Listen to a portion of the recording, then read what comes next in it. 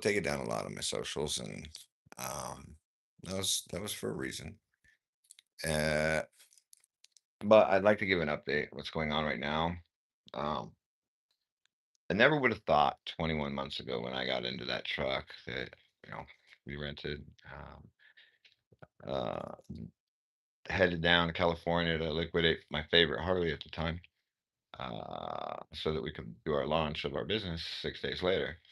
I never would have thought 21 months later I'd have zero Harleys.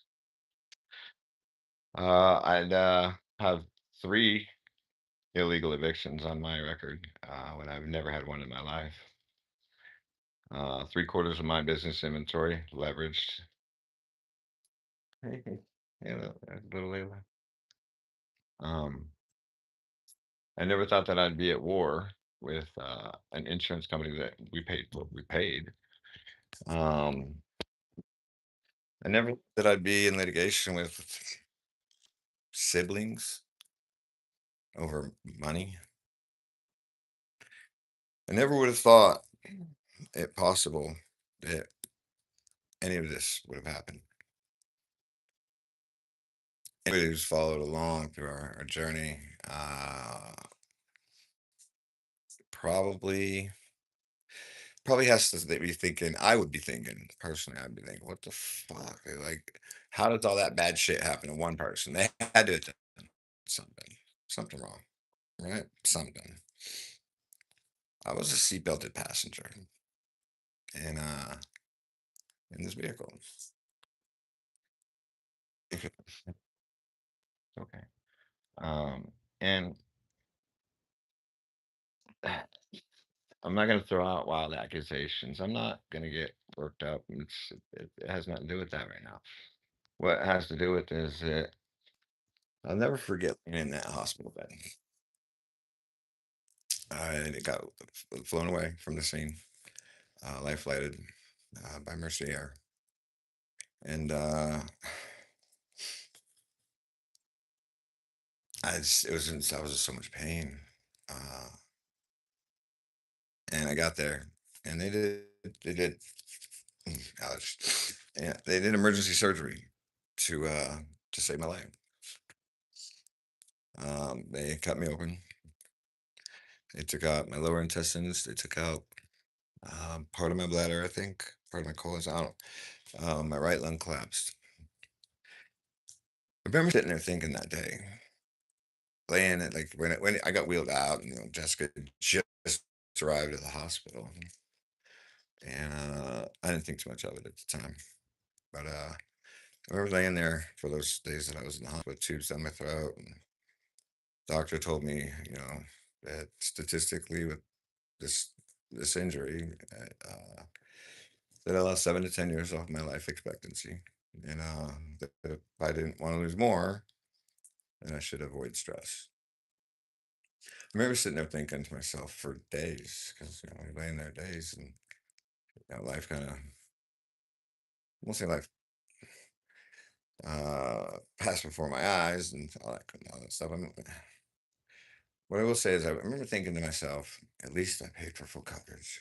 I paid for full coverage my whole adult life, and I remember just sitting there thinking, screw the inventory, screw that. 7 to 10 years off my life, missing organs,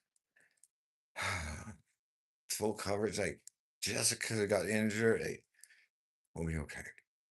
We'll be okay. We'll be okay. So what do? I went and hired a lawyer. Well, I didn't personally. Jessica reached out to some law firms, and trying to recuperate and heal.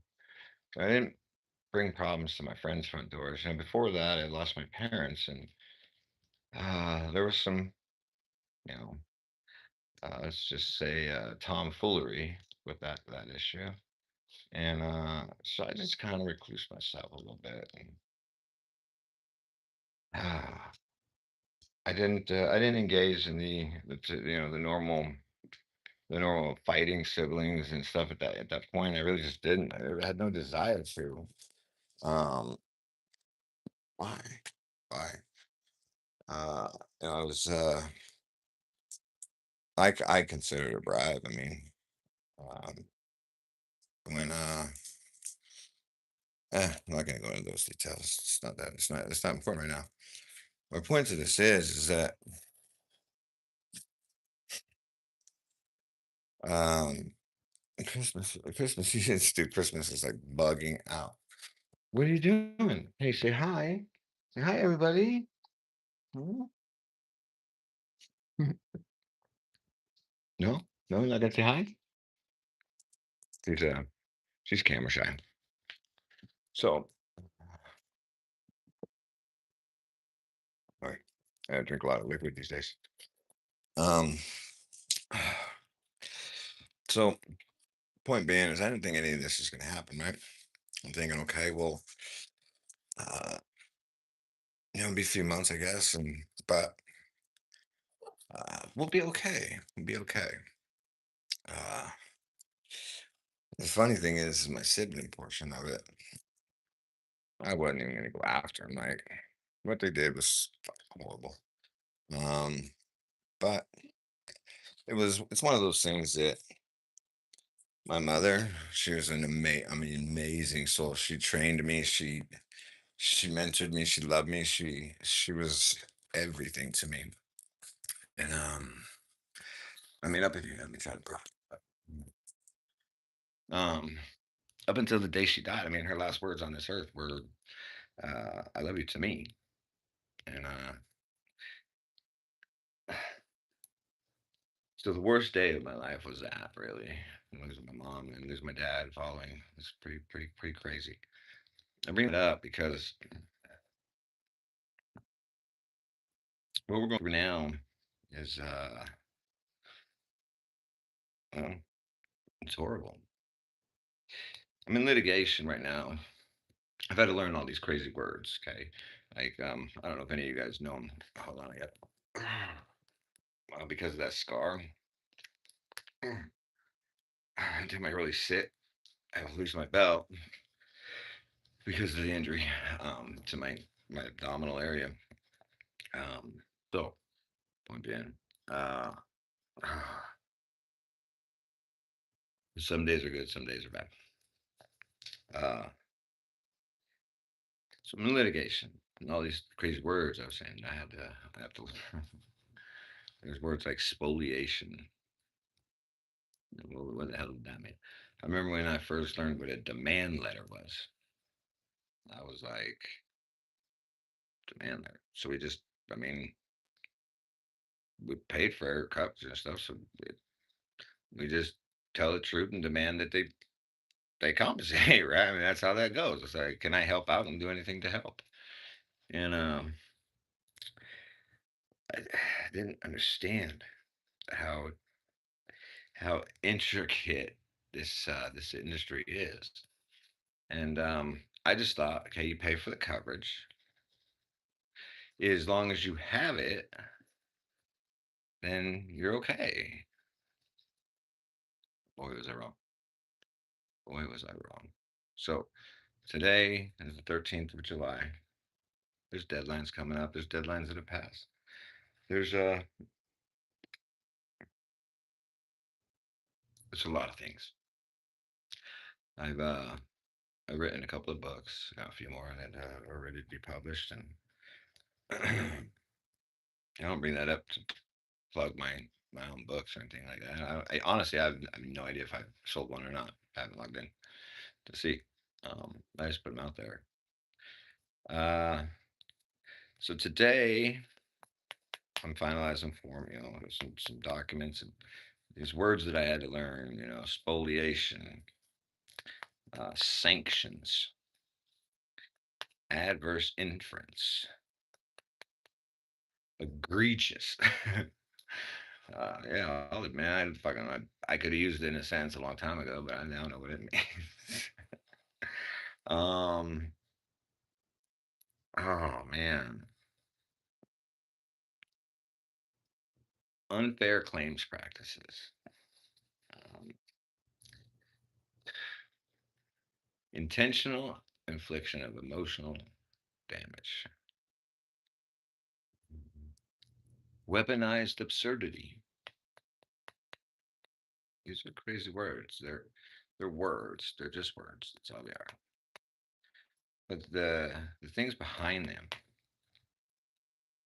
are meanings behind them. It's extensive. The spoliation. I don't know if any of you guys know what that is. If you do, spoliation is the the destruction of primary evidence. The dictionary version, but the destruction of primary evidence. Okay, um, and or the intentional destruction of primary evidence, which I guess in our case for our situation would be the rental truck, the semi that we collided with, uh, the EDR, electronic data recorder. It's the black box basically of every vehicle.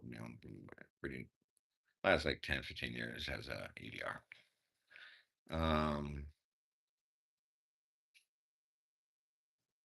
the spoliation means that, oh, and duties. Okay, there's like these duties that insurance companies are obligated to uh,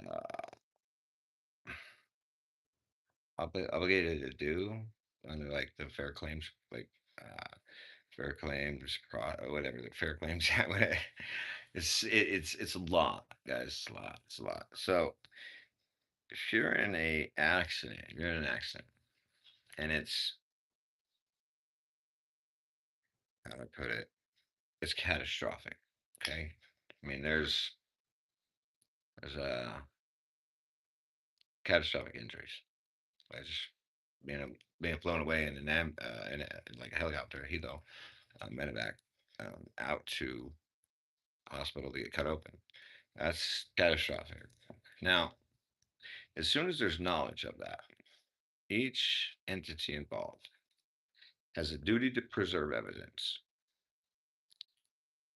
and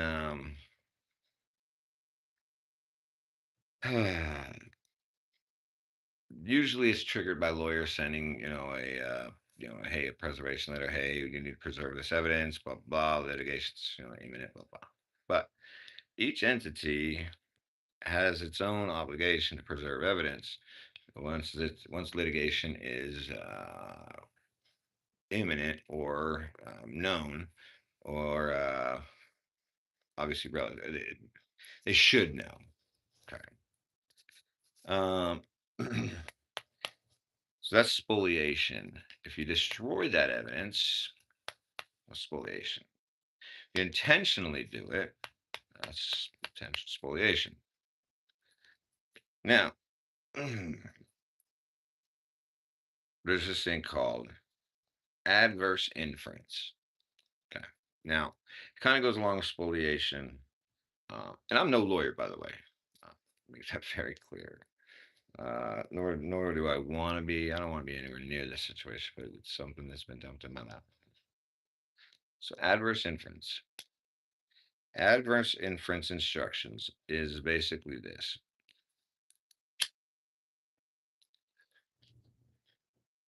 If somebody spoliates a vehicle, they destroy evidence or whatever it shall be, uh, the judge can order the jury an adverse inference instruction. Now, what that means is, from my understanding, is that whatever the one party says happened,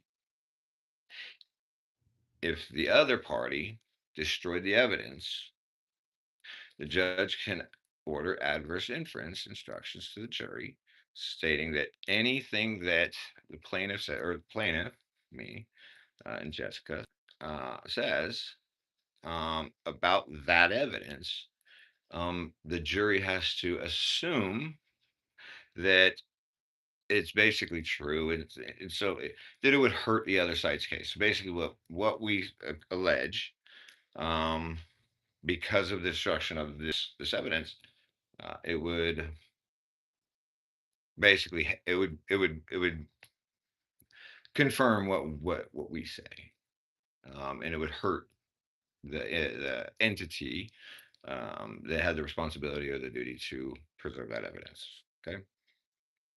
Now, I'm not going to get into sanctions and stuff like that right now. I just want to focus on those things right there. Now, from my understanding, this is stuff. I'm just rambling, guys. The crazy Josh that's loud and this, that, and the other. That was, I mean, sorry, it's very cool stuff. It's actually Gatorade in there, but totally it's my little sand. Um, in this situation, um, sorry, it's uh, it's been it's been a pain in the ass. So let me jump back to work. I'm trying to. I know that I got filings to jump on, and learning guys is this that crazy Josh that was making the videos and this that calling people out. And he's not gone. He's not here. He was never here.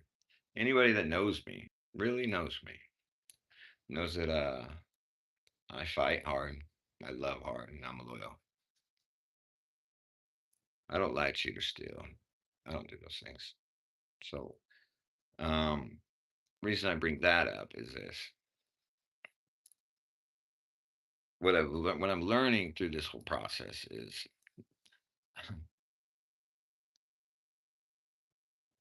the cups we paid for that we expect to get.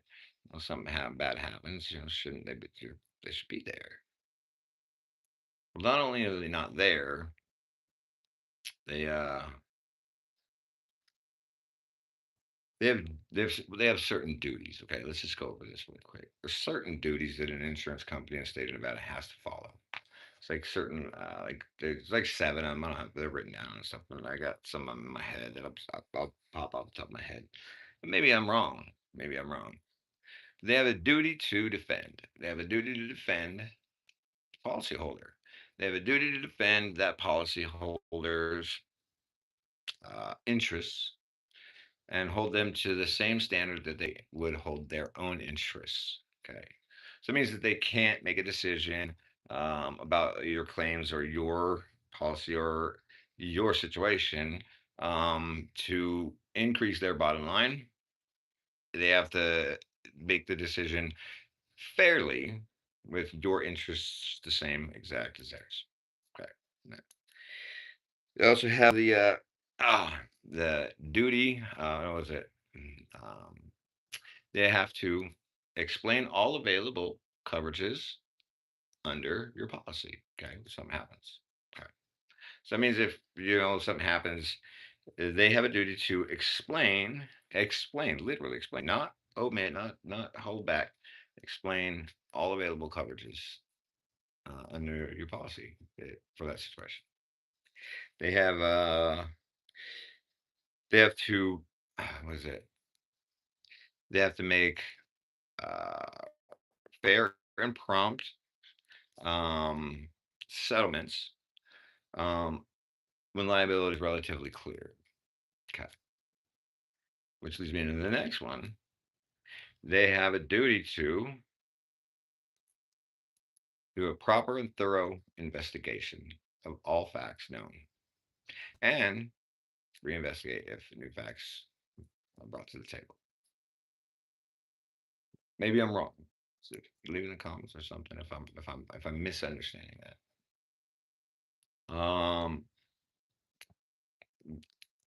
They also have the ability to call it's called subrogation. Okay. Subrogation is this. Is say that you're in an accident. Liability's up there. It's kind of it's a nightmare. But you're injured. Your situation is bad. UMUIM is uninsured motorist, underinsured motorist. coverage. Now, if you have that, it's actually you have to pay for it. Actually, it has to be offered to you, and you actually have to sign it away. But if you have it, your insurance company, if something happens, they're supposed to, for the most part, come in, mitigate the damages, which means that make you whole, make sure that you're okay. You got physical therapy, you go to doctors, just stuff like that. They're supposed to do that. And I mean, supplement basically. Come in, take care of you, take your medical bills and stuff. They also get to subrogate their exposure, which is their financial exposure, that what they paid out to you. Once litigation everything ends, or once everything's kind of leveling out, they can subrogate their money back from the actual at fault party or situation. Okay. Um, so reason I'm making this, I'm not going to make any accusations in this. I'm not going to point fingers. I'm not going to say this is unfair, that's unfair. Um, I will say I was a seatbelted passenger in a vehicle. Uh, that vehicle had pre-existing damage front end. I didn't realize that until recently. It's about to be uploaded in a federal court. Um, and uh, and I'm trying to wrap my head around a lot of things, and I'm not bringing up a whole lot, but I do know one thing. I'm missing organs. My inventory for my business, that was I undervalued it at first. The initial supplemental was uh, when I did that supplemental, I so undervalued my inventory, but it's worth a shit amount of money. It's been leveraged here. We've had to survive. All the Harleys are gone. I've had because I won't back down because I know what happened. Um, we've went through some seriously tough times, and but the facts of the matter are this: there's some irrefutable facts that people can't.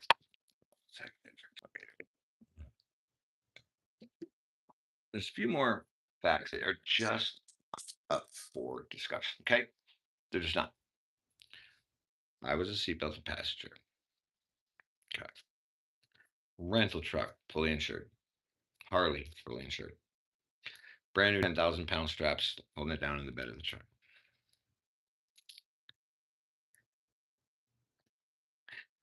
Multiple duffel bags and a rolling cooler full to the brim of rare coins, slabs, in discovery pieces, just bullion. That's irrefutable. There was a collision. Okay, I-15 southbound, 2.31 miles north of Bailey Road.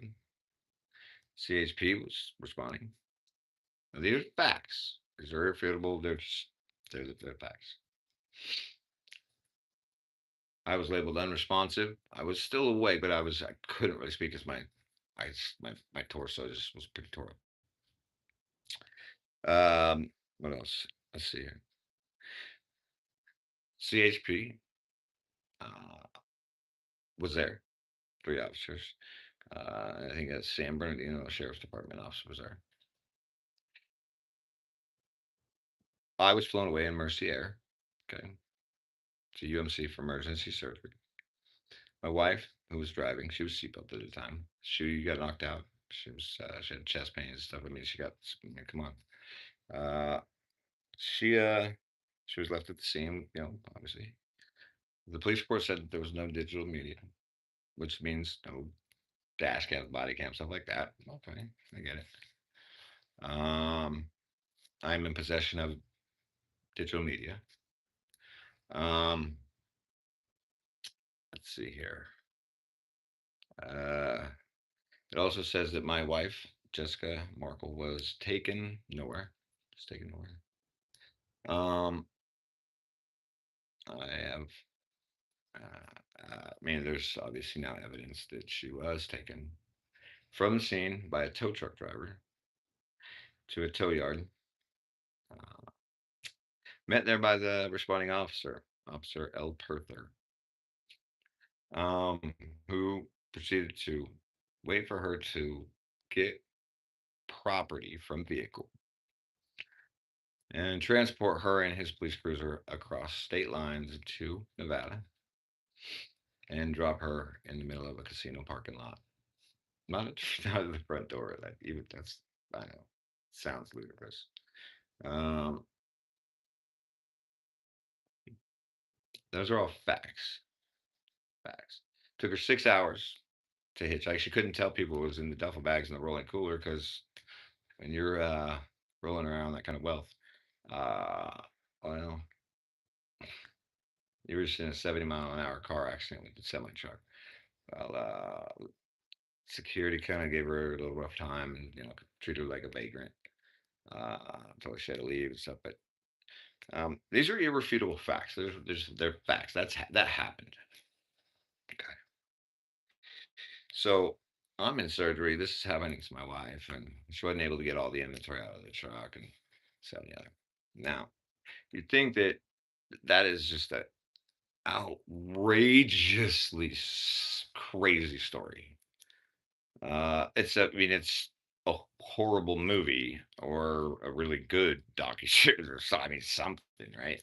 It's not possible. 3 days later, that police report came out and said that my wife was taken nowhere. She was going to seek her own aid. No digital media. Said that suspected injuries for me and my wife, suspected injuries were minor, which, from what I understand, you got minor injuries, you don't call a helicopter to life flight somebody. Um, Now, in that, I'm not going to go too much into it. I didn't want to make it this long. I just wanted to say that I'm in the middle of litigation, fighting insurance companies right now. I'm being treated as a adversary, not a policyholder, not a victim, not a survivor of something catastrophic, not as somebody that's had their life destroyed. They did nothing wrong. They sat in a seatbelted seat in a truck that we paid full coverage for. With fully covered motorcycle and our inventory. Excited about life, actually. We're excited. We're launching our company 6 days later. October 17th, 2024 was going to be that day.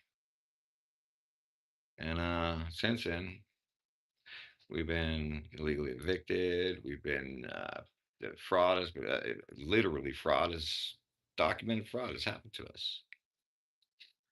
We've taken it to court. We've taken it to a lot of people, and I'm not saying it's anybody else's fault. I'm not saying I'm not even asking for anybody's help or anybody's anything because I don't do that. I'm just saying that if there's a system, there's there's statutes that makes it okay for two people who are just heading down to California and fully covered to get into an accident, live through it, and have an officer of the law take the woman in that accident who was in the same accident that gave me 52 staples and missing organs, drove her across the border, and then falsified the record, falsified the police record or the police report, say that she was taken nowhere. She was going to seek her own aid. There's no digital media. That means nothing, no body cam. But if there is, okay, well, she had to hitchhike to a hospital. It took her 6 hours. She had to hitchhike 60 miles with all that inventory. And then he falsifies the record. And insurance companies and the actual people who caused the accident rely on that, deny coverage, and attack the survivors. If there's laws that make that okay, and can justify that, can seriously justify that, I'd like to see them. Because if there's not, then I don't understand why I have to fight so hard. Multiple law firms have multiple law firms have avoided taking this case and this, that, and the other. And uh, when a law firm takes a case and then withdraws, without putting a lien on any future settlements, that's ridiculous, right? Why would they keep it for months? And you got to ask yourself, why? What's in the back end? What's going on that would even happen? Now, you also got to ask yourself another question. If I'm in litigation, me, little old me and Jessica, pro se, you know, a man who represents himself got a fool for a client. That's what they say, right? Hmm. Well, the second question you got to ask yourself is this. I guess the very last question. I'm getting a low battery thing on my thing. Last question I think you got to ask yourself is this. I'm in federal court. Not state court anymore. It's over to federal. And it's been going on for a long time. If my claims were baseless, why am I still in federal court? If my claims were not true, or there was no substance to them, why weren't they dismissed?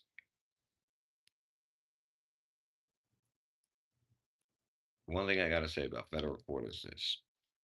I've seen a lot of things in state court that I could just say are questionable as far as a lot of things. But federal court is impressing me to a point. And there's federal rules of civil procedure, and they're it's grueling. I mean, we're injured, we're trying to recover, man. And Jessica she can't move half the days. Sometimes she's well, she rushes and wants to take on the world, and then the other day she stays in bed crying. She's in so much pain. But federal court is, I could see where it's just long drawn out thing. I'm not about all that. Not about this long drawn out battle. I want to live the rest of my life that I have with my wife and enjoy it. Why would I want to? Why would I want to stay in federal court? Well, because I sat down in a seatbelt. I sat down in a seat and put my seatbelt on, and I woke up to a semi trying to miss avoiding something, and right in front of it was a dead stop semi. Uh, regardless, so now I got to go draft these oppositions to motion to bifurcate and motions for summary judgment and introduction of supplemental. All these things. What the what? I'm not a freaking lawyer. My wife, she's trying to take over the case because my health is just declining.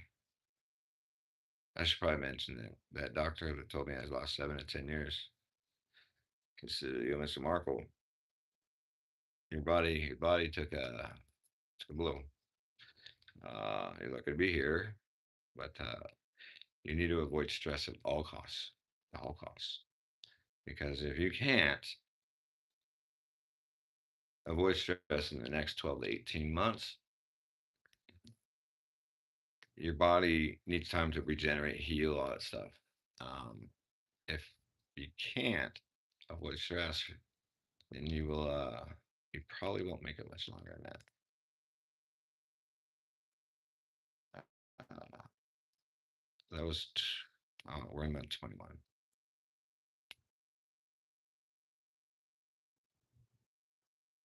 So I'm not going back down. If I'm wrong, let me know. If those things are okay that happen to us, and there's actual statutes that allow these things to happen, let me know. I'll walk away. But if they're not, then the responsible parties have to be held accountable. I'll hold myself to that same accountability, 100%. But I feel like jumping on here. It's a long video. I'm sorry for taking up that much of your guys' time if you guys even watched it. Um, but whatever the courts decide on any of these proceedings and these situations, I want to make it very clear: nobody wins. No one wins. We can win and we can set precedent and all this stupid stuff, but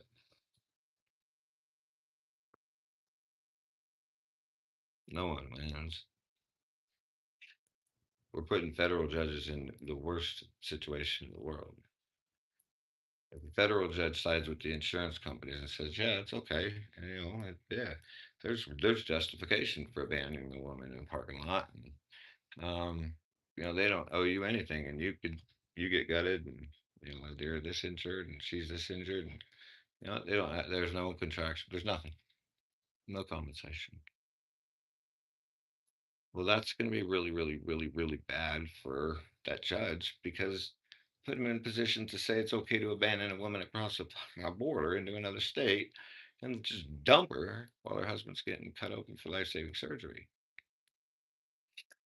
Then if he sides with us, or they side with us, whoever the judge may be, um, well, then the algorithmic system that let's just put it this way, it upsets a lot of very powerful people, people that have, they're probably doing good in multiple ways, but they have arrangements with people and they have agreements and they have just, just they have relationships. It's going to upset those. Then it'll ignite public. It's just a bad position to be in or put a federal judge in. I want to end on this. There's a man that made a really, really big impact on my life. Just so happened he was a federal judge. Now, see, I didn't know. What? My whistle. See, I didn't know that this man was federal until recently. His name's William Jansen. Lived two doors down from me. His wife Nora is amazing. She's so. She was so cool when I was growing up. And Judge William Jansen, he had the most integrity I've ever seen, ever. And him and my mom. And I'll never forget when I was a dumb kid. I was doing stupid stuff, and I remember I got arrested or something, doing something just stupid. Maybe I don't know. I don't remember. I know that I got arrested, and they give you your paperwork. I'm like 19 years old, so stupid. I'm doing dumb stuff, and I remember getting my paperwork for the court for the. I'm like, Judge Jansen. I'm like, sweet. Sweet. Like, all right, I know this dude. Like, I'm two doors down from him my whole life. And I'll never forget. I got so mad at him.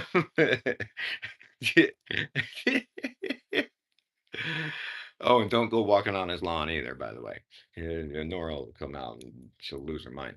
But I remember he called me. I'm sitting there, I'm in custody.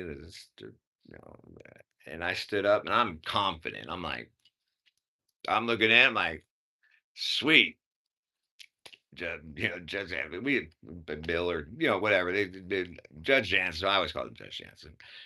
Bill when I got older, but um, I remember he he called my case. He said, Markle, blah blah. And the next words that out of his mouth. Ah man. Let's just say, Bill, I love you to death, and literally have the most respect for you of any judicial officer I've ever met in my life, and especially for this reason.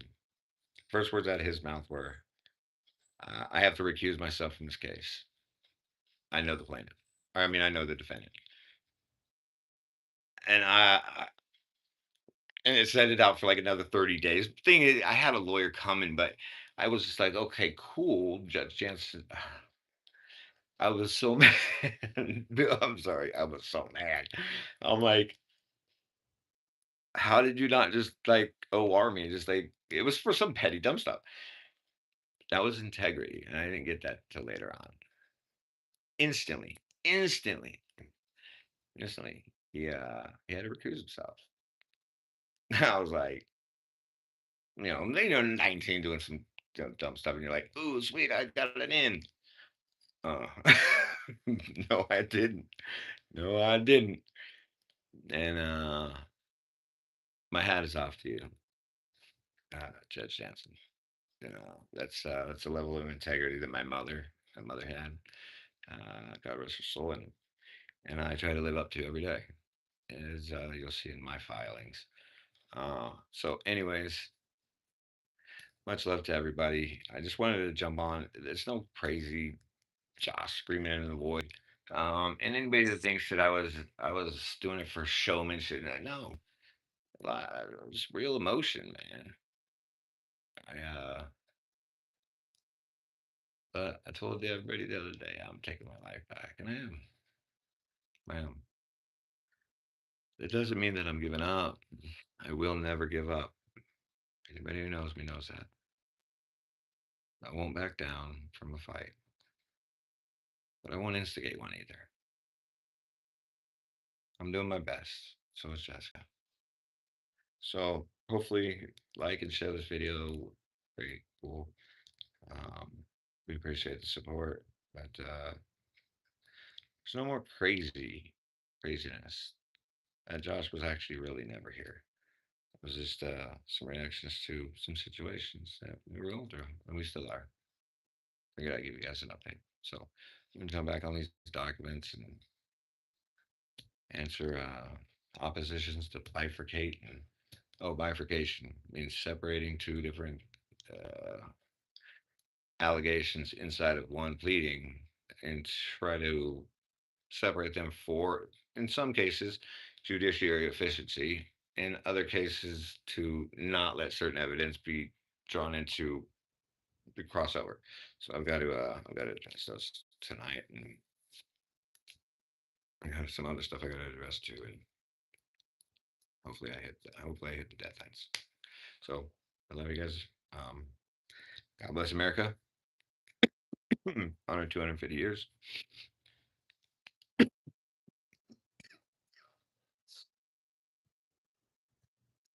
Sorry. Um, okay. To my daughters, I love you, girls. Uh,